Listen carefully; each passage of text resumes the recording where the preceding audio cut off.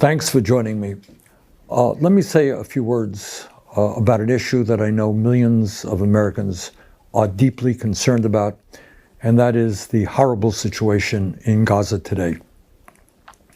As many of you know, the Netanyahu government of Israel has killed more than 50,000 people in Gaza in the last year and a half since the war began, and wounded over 112,000. 2 weeks ago, as you may know, the Netanyahu government broke the ceasefire, endangering the lives of the remaining hostages.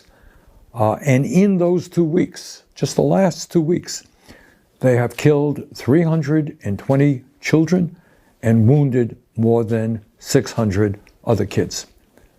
Further, as you know, the Netanyahu government has virtually destroyed the entire infrastructure of Gaza, decimated it. Over 90% of the housing has been damaged or destroyed.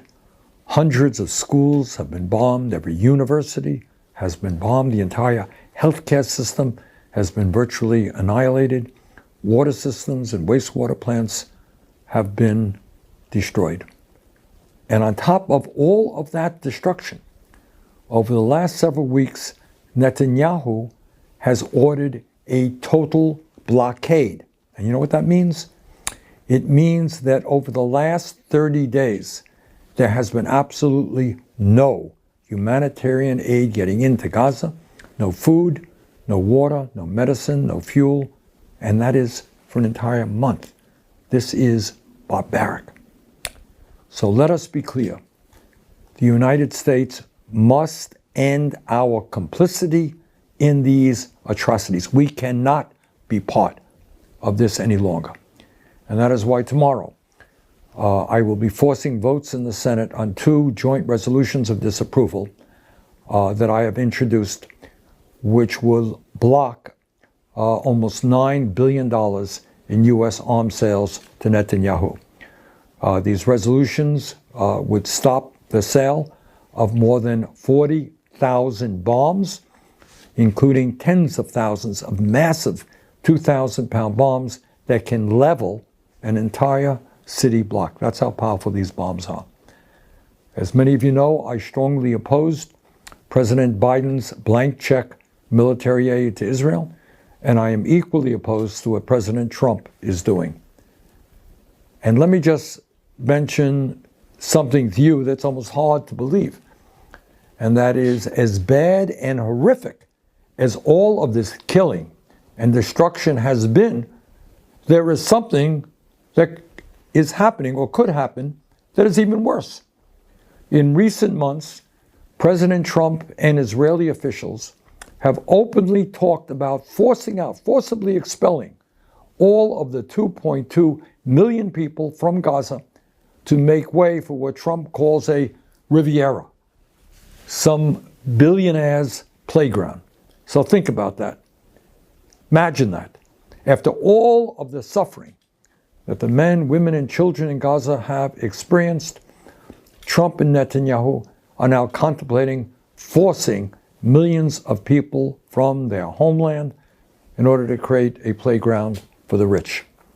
And by the way, as I'm sure you know, there is a term for that, and that term is called ethnic cleansing, and it is a war crime.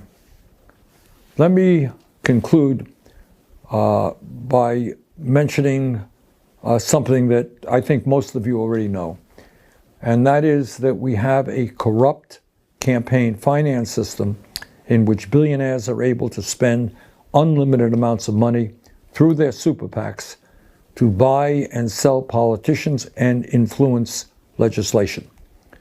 Elon Musk has threatened any Republican who might vote his or her conscience with a well-funded primary opponent. You vote against me? Hey, guess what? We have unlimited amounts of money.